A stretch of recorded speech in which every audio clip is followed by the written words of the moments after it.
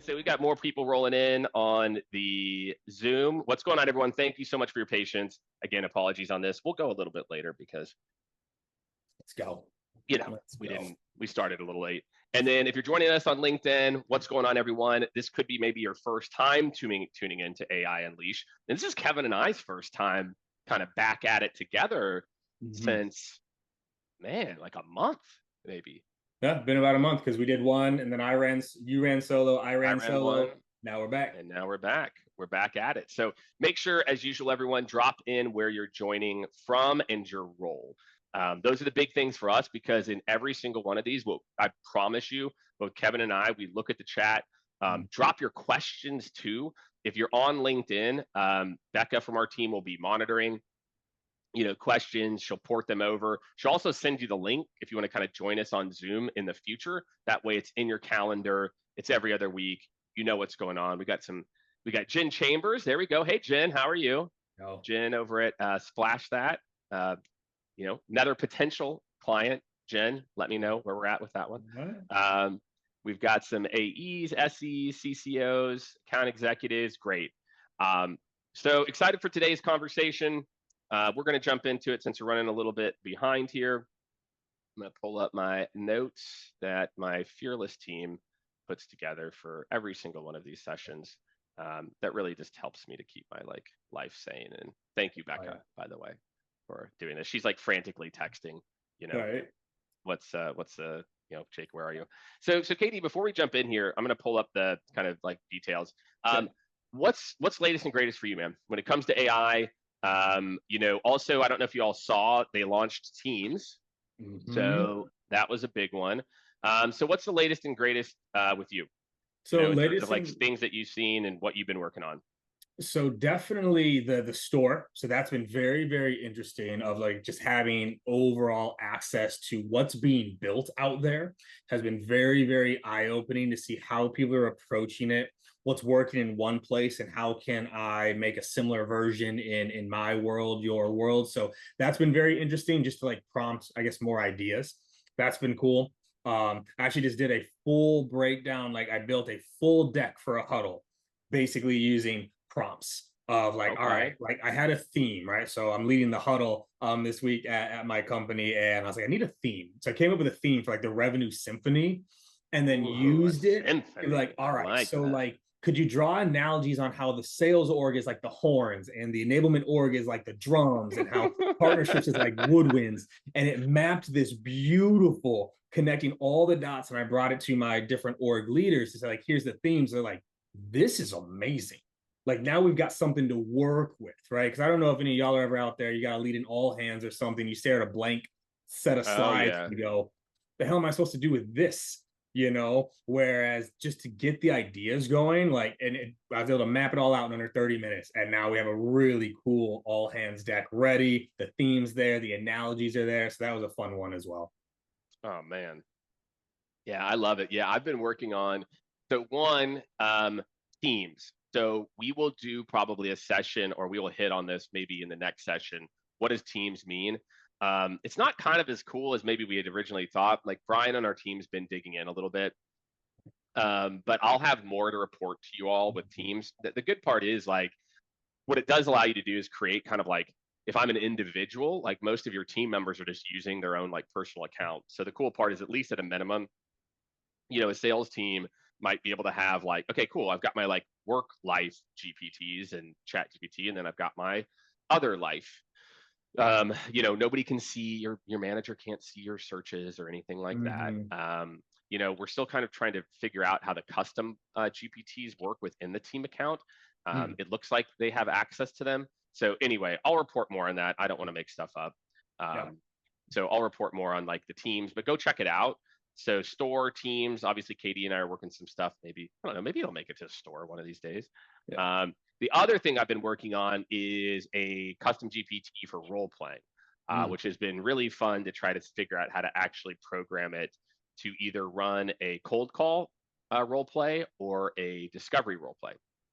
So that application to me can just have so many different use cases. Again, these kind of custom GPTs. We did a session on this. I think it was on the 20th. So if you subscribe to the series, you can go check that out. Mhm. But there's just a lot of, I think, opportunity there for these custom GPTs. Like I said, the role play one has been a fun one to try to put together and get it to be like actually useful. So once I have it like a little bit more stable, Mhm. I'm happy to share it with this crew and I'll they throw can out check it out. one more thing and then we'll dive into the mistakes here that I'm actually Yep. working on this weekend that I want to try is I want to try like so I'm trying to make like training guides, right? For like some of the trainings that I Hmm. lead internally and externally.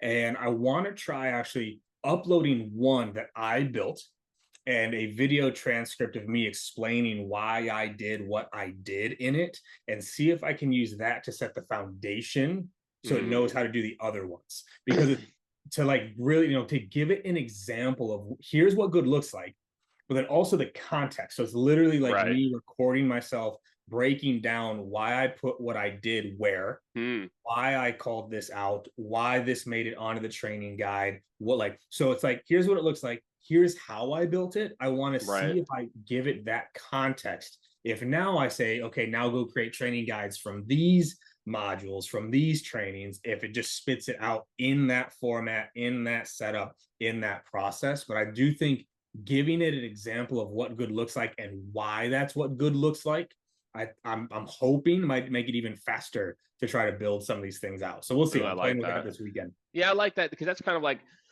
what I love about the mobile app. I like, and maybe I'm missing this. Katie, can you do the audio on desktop?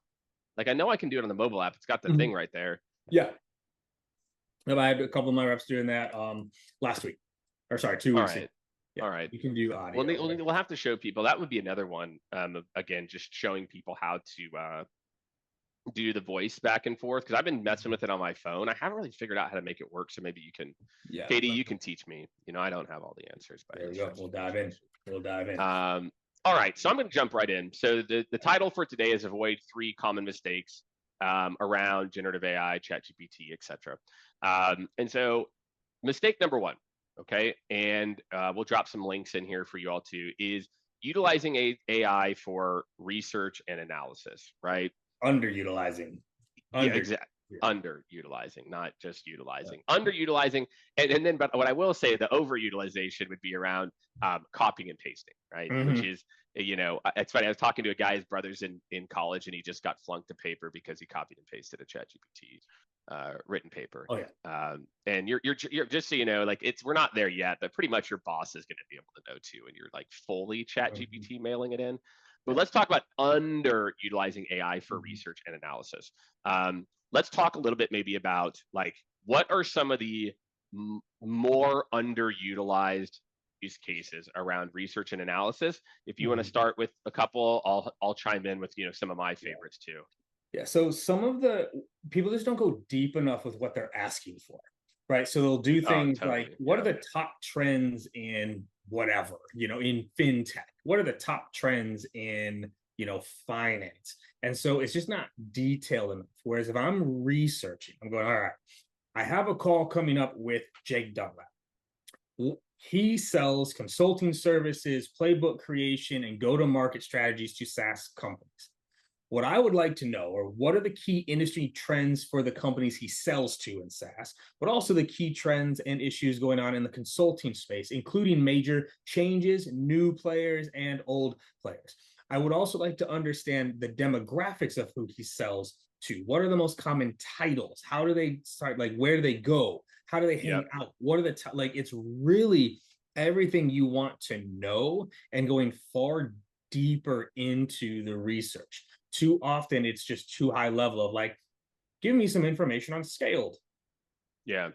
and that's And it. it's usually not bad, right? Like it's Oh, not, yeah. again, it's like it's not terrible. But Mhm. again, what you're getting at is just like with just literally an extra 35 seconds worth of specificity, it just, Right. you know, And you have to be changes direct. the This game. one took me a long time to figure out how to do it. Is like you have to be directive as well as how you want it to spit the information out. Yeah. Do you want it to create a table? Do you want it checklist with bullet Yes. points? Yeah. Yeah. And Yeah. what do you want the table to look like? Like those are the keys because as we know this, y'all, to my salespeople and sales leaders, the research is only as good as if you can use it. And so if it doesn't spit it out in a format that is usable, like Mm-hmm. a way for you to actually use it and leverage it, that also is a miss. So really going deep in what you want to know, getting more specific. But I think you talked about this in one of our previous webinars. But also this new one I just started trying is, before you give me an answer, I want you to ask me at least 10 to 12 Yeah. follow-up questions, right? So that you actually engage with it, where it asks you questions like, oh, all right, well, what does makes him unique? What is their website? Whatever else. So that's what I would say is underutilizing, is people don't go nearly deep enough. You can learn so much so fast if you allow it to. Yeah, the question one, that's what I've realized with custom instructions, KD, is like, um, consistently I find myself walking through, like, spending more time like being like, hey, ChatGPT, don't, like, if I do this and this happens, ask me a follow up around this. And if this Mm-hmm. happens, ask me a follow up around this. And I think you can do that in the prompt, or if you're trying to build something on your own around research and analysis. Yeah. We're going to walk through, I don't want to get ahead of myself. Next week, we're going to walk through how to build really customized snippets, discovery, prep sheets and things like Mm-hmm. that, in particular. And it leverages a lot of this, like, okay, now ask me this. And now, but it can just be a really easy way to get to that, of like just saying, like, ask me a question after this, or ask Yeah. for clarification. And you can do that in the chat. Um, so again, you're talking about like the specificity. The other thing is, just leveraging like very specific links. Like, here's our solutions page, specifically our solutions around this. Like, and you can think of whether this is, hey, I'm getting ready to put together my proposal, maybe, or I'm getting ready to do my pitch, or I'm trying to book a meeting. Any of those where it's like, I'm looking to book a meeting, with this company, and I'm inserting there usually, what do you call it? Usually, as a part of this, I'm, literally like 10K putting or in about us, I'm putting in the press release page, I'm putting in like the solution that I think that person cares about, or whatever it is, from their website. And then you can get really specific. Here's the solution that I'm working on. Here's the persona that I put to. What are 2 or 3 ways that I could, walk through this? Or what are 2 or 3 ways I could, depending on the use case for the sale? Is it to book a meeting? Is it to put together the pitch? Is it to put together my final proposal? But I think all of those, and are really, really, relevant as a part Yeah, of this. yeah. And I'll throw one extra one on here, but that will connect well to our next mistake we're going to cover, is not actually leveraging the research in your future prompts. So you did it, you got the research, you did all that. You need to use it in your Yes. future prompts, saying, okay, I'm about to ask you for an email, or I'm about to do XYZ. But first, please read this, right? So, I mean, this is just a phenomenal prompt that you can just take this and like use this. This is from the prompt guide that we keep talking about to kind of give Yep. you a jump start on this. But like, if you were to put this prompt in, then you take that information and you have to use it in the next channel where you're writing the email, or use it in the next channel when you are doing your proposal, so that you're actually leveraging it. But like this prompt right here, right? Create a detailed profile of potential prospects in this industry and geography, including your profile, trends and challenges, major players, demographics, psychographics. One of my new ones I've been playing with a lot is like, include the laws of influence and cognitive biases in this messaging. Like, I'm playing with You that. always take it to that level. I love it. You You always, like, you always get that like psychological, because like, like we piece can't of it. remember all, like, I've shared this before. What I love the most about ChatGPT, Claude, all that, is how quickly it Yeah. can connect the dots. I'm going after this person. I want to leverage this law of influence, and this is what I know about writing a good email. Can you connect the dots and put that together for me? Is Yep. just otherworldly. But like, y'all, like, grab this prompt, put it in, do it live while we're here, and see like what it spits out, or the differentiators. I know, Jake, you're all about as well. Yeah. These are just, I mean, like, these are just some other ones around like research in particular that, again, it's like, it's kind of interesting how shitty companies are, KD, at like teaching their team the competitive landscape. Mm-hmm. Like, we're doing a due diligence, project with one of our private equity partners, and first place we go, man, ChatGPT. Yep. Right? We go, okay, here's the product set, here's this, and then obviously we do our manual inspection, and like, we're going to pull out the nuances. But look, the ability for me as a rep, like, hey, I'm competing against Zendesk in this deal, etc. Like, help me to understand, what should I do to compete against, they use VoIP and we're cellular. How can I compete? Or here's what they say that they're better than us. Here's what ours says. What do I do from there? So if y'all aren't subscribed here, this is our Prompt Pro community. So Becca will drop some. She already dropped it. I can see here in the what do you call it, in the Zoom. But if you're joining us on LinkedIn, we'll drop it in there. So it's like $50 a year. Maybe it's up. I think it's maybe $70 a year. But the ability to just short circuit some of this stuff is absolutely amazing in terms of like your ability to do that. So, all right, next mistake, and actually I hinted at this one before, I got ahead of myself, which is over reliance on AI generated content without personalization. And this is where we see those really horrible emails that are, like, one, if it says dear, I already know. ChatGPT, by the way, Katie, it struggles so hard to not say dear. I know. Like, I'm like, stop saying dear so and so. Like, that's nobody talks like that. And I don't know who over there is training it to say dear when it starts an email, but don't ever do that, by the way. Dear. Don't ever say Madam dear. and sir. Madam and sir. Yeah, that's going to be 100% hard no. I'll tell you what I keep getting. I'm going to go off topic just for a second because I'm so freaking sick of it. Please stop sending me an email line that says quick question. I kid you not, I get 4 emails a day with the subject line quick question. And I don't know who's teaching this, Katie? Who's teaching this? Whose technique is this? It's predictable revenue.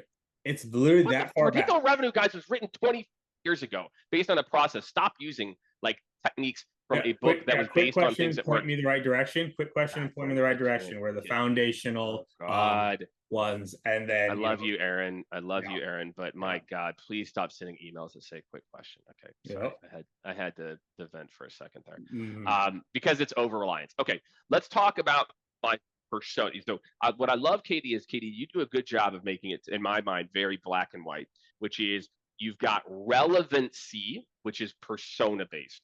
And most companies are bad enough at this, right? And then there's customization, which is to the individual, their specific company, etc. And I got to tell you all, look, for most of you, if you're just really good at relevancy, if you just really know what a VP of operations at a industrial manufacturing company does, I use that example all the time, and you put together a really good message based on that, that's going to cut through that's better than 99% of what people are sending. I'm telling you, because I get the emails, KD gets the emails, etc. And then taking to the next level again, which is that, customization. So let's talk about how to use it. Like, again, like the over reliance on it. And again, like how that's a mistake here and what, kind of good looks like. And I've got some, different examples I can kind of pull up here as well too, and we can talk through this as a part of this. Well, this kind of touches on what I was just going to a little bit, is like, so if we look at this one here, right? First, notice y'all, look at the opening line here. Pretend you are a CFO. Like, most people never even start with who you want it to be, right? You just go right in and say, exactly, tell me the top trends or write me an email. Okay, first, pretend you're a CFO of an industrial manufacturing company. You influence the purchase, blah, blah, blah, blah, by asking ROI. My company does blank. What are the top 3 things I should put in an email, and then in a follow-up LinkedIn message to book a meeting? Provide an example email. This is the key. This we're talking about before, of like, you have to give it a feel of what good looks like. I talk about the wiggle all the time, WGLL, wiggle, that we talk about it all the time in my orgs. What does good look like? What does good look like? What does good look like? Because until you know what good looks like, you can't do it. Right. And so providing it the example, but then look at what it spits out underneath here, right, is like, all right, to engage, here's things to go up. So direct alignment, financial goals and challenges, highlight how it does this, financial objectives, right, to cost and efficiency, quantify and customize, but then look at the email that it puts down. Yes, there's the dear, no matter what. Yes, right? There's the deer, and then there's the hope you are well too, which, by the way, is not a massive fan of this. But so actually, I just want to keep going on this, y'all, because this is where actually we'll talk about a mistake. This Yeah, is where exactly right. people stop. They either Yeah, take exactly. this and they paste it. That's a problem. Or they take this, they look at it and say, I don't like it. And they just They abandon give it. up. Yep.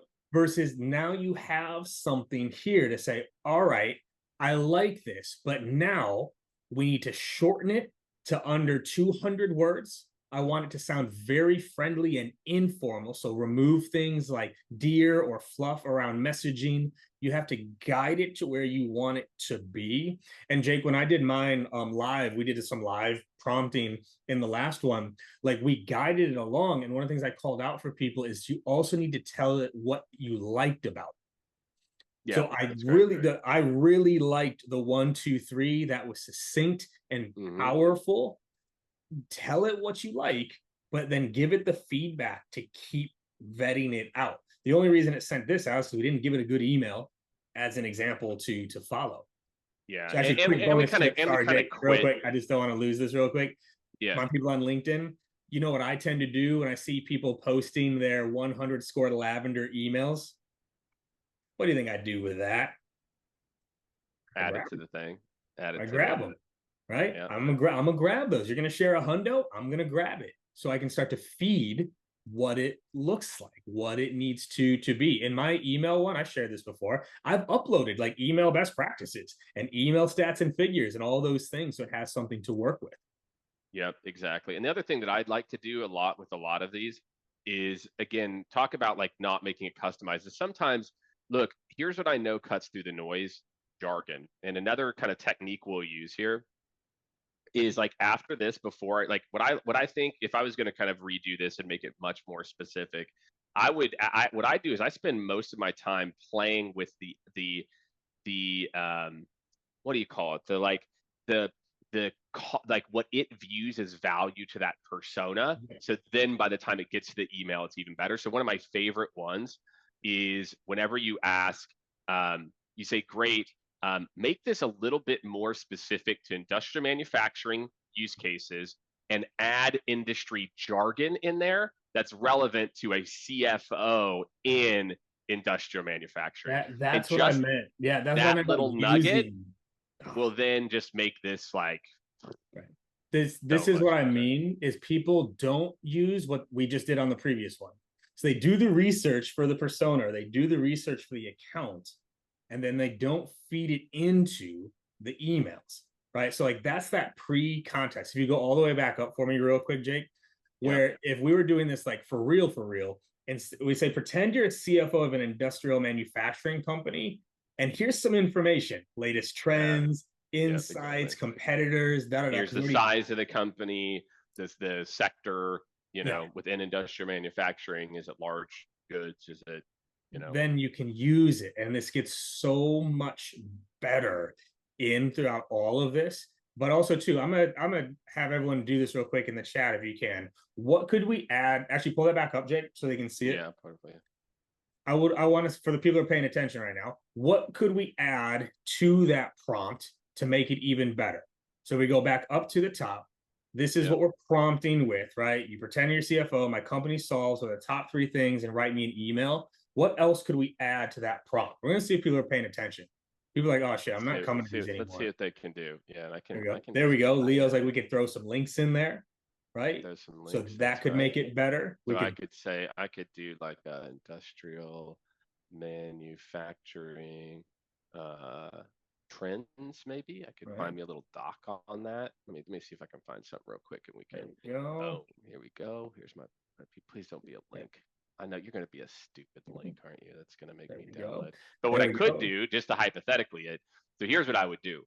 I would literally put my email in, it'll send me the thing, and Mm-hmm. then whenever I'm on that, I think it's this one. No, this is my, I mean, I'm doing like 95 searches at once. Right. So let me go back to it. But yeah, so when I get back to here, what I can just do is I can, as a part of this, again, I didn't create this, so it's not letting me do it, but I could just upload that document. So that's Right. exactly right. I could upload trends, but again, what I would do is like, that would take me a grand total of 1 minute to just literally go Google that and then upload the doc. So love Mm-hmm. that idea. Great idea. Dan So says, Dan says, more than worth the investment. Maybe data on their market. Yep, Yeah, yeah. absolutely. Could do Right. that. You just got to feed it a little bit more insight on how you want it to talk and what is top of mind. So I always like to say something around the lines of like, can you connect the dots of their problems to having a conversation? Right? Yep. Can we connect the dots on why these problems are worth talking about? It's that type of language. Like I would say this, it kind of gets into our third biggest mistake is Yep. for whatever reason, when I sit down with people to look at their prompts, it's like we prompt in a way that isn't how we talk, and it Yeah, makes it exactly. like I we think like it's because of Google though, KD. I think what it is we're so trained. We know that Google is not that smart. And so I think what's happened is we've learned to interact with machines and the internet in a very broken way because we know we've been trained that if we give it too much, it can't handle it. And I think that's what I see as a mm, part of this is like a big reason for it is people like we're our brain has been Googling for 15 years. And so we're trained to input questions in the form of good point. broken, simple sentences. That's a really, really good point. Like, and I would encourage people. I did this with one of my mentees actually. I was like, all right, stop prompting. I want you to tell me what you want it to do in the most granular detail. Don't write it, just tell me. Right. And so, like, as they spoke it out, I was actually transcribing it on my phone of like, well, I mean, I really just want it to be able to take some information from these sheets over here, and I want it to spit out a few like da da, and like just describe it the way that you talk. And if you're having a hard time prompting, say it. Say what you want it to do, and I guarantee Exactly. you, your prompts get better because you're going to actually ask for what you want, and it's going to be in more detail. I love that. All right, we've got 9 minutes. Okay. So last but not least here is giving up too soon, not iterating on prompts. So we talked about, oh, actually, you know what? Before we move on, I did have a point. The other thing that I will tell all of you is this. There's a time and a place to stop trying to get it to write a better email. And what I mean by that is like once you have the skeleton of something where you've done the jargon thing, you've done the data thing, you've done some of the recommendations that people have put in the chat, which are really good, stop because it's never going to get it perfect. Right. So once I get it to where it's like, wow, this has got some good jargon, it's very specific. I'm taking it, I'm putting it into whatever my tool of action is or my new template that I'm building or snippet, and I'm actioning it. And I'm going to go ahead and I'm going to make the manual tweaks to make it better. It will never, it will give up all hope. It will never today produce things you can copy and paste and hit Yeah. send Yeah. ever. So there Yeah. is a point in time to stop, Yeah. and stop trying to like teach it more and let's like use your brain Okay. and you fix it. Bonus tip there. Fix it, put it back in. Again, I just can't Sure. stress this Yep. enough. What edits did you make to it? What did you end up sending? Put it back in and explain why. Hey, this is the version I ended up sending and why I made the changes that I made. Put it back in. It gets better over time if you tell it what good looks like. Yeah, exactly. And especially if you have one thread that's all about like certain, Mm-hmm. selling to CFOs and industrial manufacturing, right? Right. Like if you just, keep it focused, right? Yeah. And if you've watched other episodes, you know that.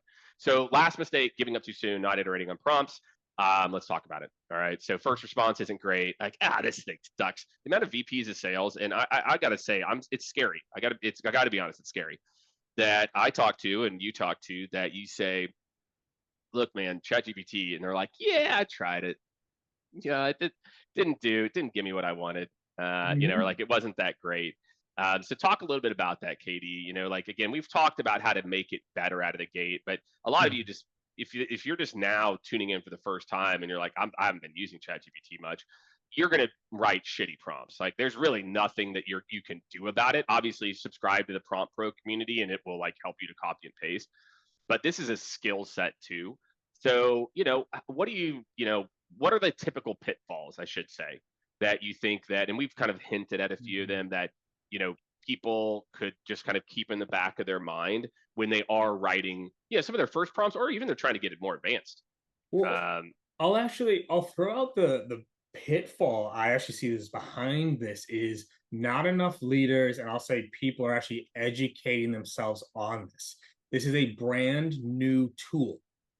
And so they're going in and they're just trying it with no reference, with no background, with no Yep. insight. They're just trying it. Before Jake and I started doing this, y'all, we were putting in hours and hours and hours and hours. I joke about it all the time. Like our text threads of prompts and ideas. And did you watch this video? Have you tested Yeah. this? Like we like immersed ourselves in it. And I would actually say that's the thing that scares me the most. Isn't just that a lot of VPs are trying it or CROs are trying it, is that they're not actually educating themselves on it right now Yeah. to get good at it. Right? There's no tool. It's like a new sport, really. Like that's how I'm viewing this. Is this is a brand new sport. I need to learn the rules. I need to learn the ground, like the how it works, how do you score, like, and then really learn from the masters, right? Like we're promoting a prompt guide to y'all. Do you know how many prompt guides I've bought over the Yeah. last 6 months just to learn what good looks like and how things go through? So I'll say that it's like prompting with no education. Like people are just going in blind and like, oh, build me a role play. Like Yeah. Jake's been working on his role play GPT for A couple months weeks now. now, Yeah. like Like coming up we've been messing with it, but the right. custom instructions now, I've been like trying to refine it, and it's getting there. Like the key is just to understand too. It's like it is possible. Almost any use case you Mm-hmm. can imagine is possible. And so just understand, and again, it's just like I don't know if you remember. I mean, some of you probably don't even remember what it was like using search early on. Like it's so far long ago that we started to use. I mean, man, I used to use something called web crawler. So that's the OG or Netscape. That's the Netscape. OG OG, early 2000s, you got your AOLs, etc.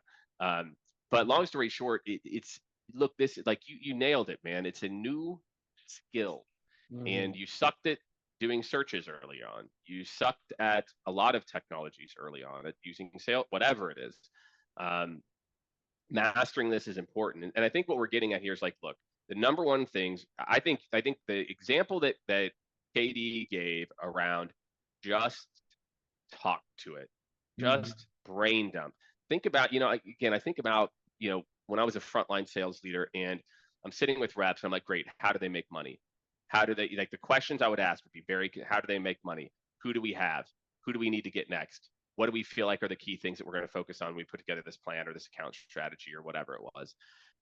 All those things that you would ask a rep, or if you were a rep and you're talking to your boss, the details, the background, and the nuances that you would give, if you just keep that in mind, your prompts will go from 1 to a 6 or 7 almost immediately. Mm-hmm. And I think that, look, too vague, didn't provide enough context. I think candidly the simple fix, if your mistake is you're not iterating, is start over and write it like you're talking to somebody. You're like Yeah. you were talking to your sales leader, or if you're a VP, like you're talking to your rep, or you're a manager, you're talking to your rep, or if you're a VP, you're talking to your leaders. That alone, Katie, at least in my opinion, is Mm-hmm. like the number one piece of advice. Yeah. Yeah. And it's and again, if it spits out something you don't like, talk back. Yes. Don't just like try it again. Say what you didn't like, say what you did like, tell it what to add, right? The classic start, stop, continue or whatever of leadership. It's the same thing here. Like, actually, I want you to start adding this in. I want you to stop saying things like this and keep Yep. doing this. Just really kind of coach it as you go through. That's what I showed people in the last session. Is like I'm saying things like good job and please and thank I you. do I too. I really can't help like myself by saying like please. I really liked this here to give it that Yeah. feedback because I'll share my fear as we wrap up here is right now you have to know what good looks like to be able to tell it and give it the context. My fear is it becomes actually very easy to give it the context. Hey, I want you to go research what the best performing emails look like, and I want to write emails that match that. And it's like people can start to get the output without having to know the actual input. And like people are going to stop actually learning some of these things because they can just spit it out. Like I think one of the reasons why Jake's very good at this, he's very process oriented. He's very process oriented because he's been building sales processes and go to markets for the last 10, 15 years. He's been documenting things. That's the one thing I don't think we actually talk about enough, dude, that we share in common is how much we document things. Yeah. We've been documenting things for years, which has allowed us to step into this and document things better. So if you're a leader or a rep, like learn, keep going through this webinar series, get on YouTube, get on Twitter, and like learn what these things are. But like, it's one of those things, if you're not learning this now, because like I love it because some people are trying it and they stop. And I'm like, all right, well, I'm gonna beat you. Like you gave up after 2 weeks. And you're gonna have to learn it anyway. I'm telling you right now, it's your choice right now. Yeah. And that's why, again, like, the next step for a lot of you, like if you join one of our workshops, like I would highly recommend all of you, like, join one of our workshops, like Becca will drop a link here. Like if you want to get like an hour and a half, or if you're a leader, like we've got these 3-hour sessions. We just ran actually the January one yesterday. I think Brian ran it. Join one of these workshops if you're ready to go a little bit more like hands-on, as a part of this. Yeah, so that would be like my thought for a lot of people. Like you can learn it so fast, but learn it, absolutely learn it, and then just play with it. Always think like, could ChatGPT do this? This is the first presentation I ever built with it, and I was starting to work on it and frustrated looking at those slides. I was like, wait, I bet it could help me do this. Done.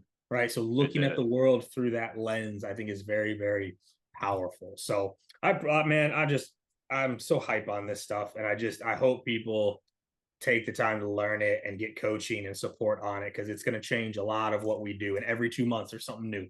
Every 2 months it's a new thing that gets rolled out with it. That's just for us too, right? And that's what we're trying to do, is stay on top of this stuff so you all can, get ahead. So great. Next week or 2 weeks from now, we're going to talk about, we're going to focus in on like the email in particular communication. We've built some snippet things we're going to share with you. So again, if you're somebody who does prospecting, etc., we had a couple questions here around Claude and Bard. Katie, I really haven't messed with them too much. I know Brian on my team loves Claude, but have you messed with those too much? Bard or Claude? Only Claude, and I think my camera went out, but I think my mic's still working. Only Claude. I haven't done much with Bard yet. Okay. Yeah, I've heard good things about Claude. I'll probably try to mess with that a little bit more. Jeff asked a question too. Sorry, Jeff, I just saw this, man. The reason, this is Brian. Brian loves these hashtags. The hashtags mean nothing. It's just to help you as you start to build prompts. What you can do is build prompts in a way, and we kind of use this concept of hashtags. When a hashtag really just delineates something you can customize. It basically delineates something that for each new chat, you're going to want to customize it. That's really what it does, is like, so if you're writing these prompts and those types of things, it really just like, it's like a really good, like a placeholder, I guess, is a part of it. So that's what it does there. So, all right, everyone. Last but not least, I will talk more about this. But my book, Innovative Seller, comes out April 9th. Mr. Kevin Dorsey's kind enough to write a little endorsement for it, and we'll talk more about that probably in the next one, because I'll kind of made it more official. You can see some details on my LinkedIn page, but definitely make sure you pre-order. We're going to be doing a lot of stuff, a lot of this AI stuff KD and I are doing.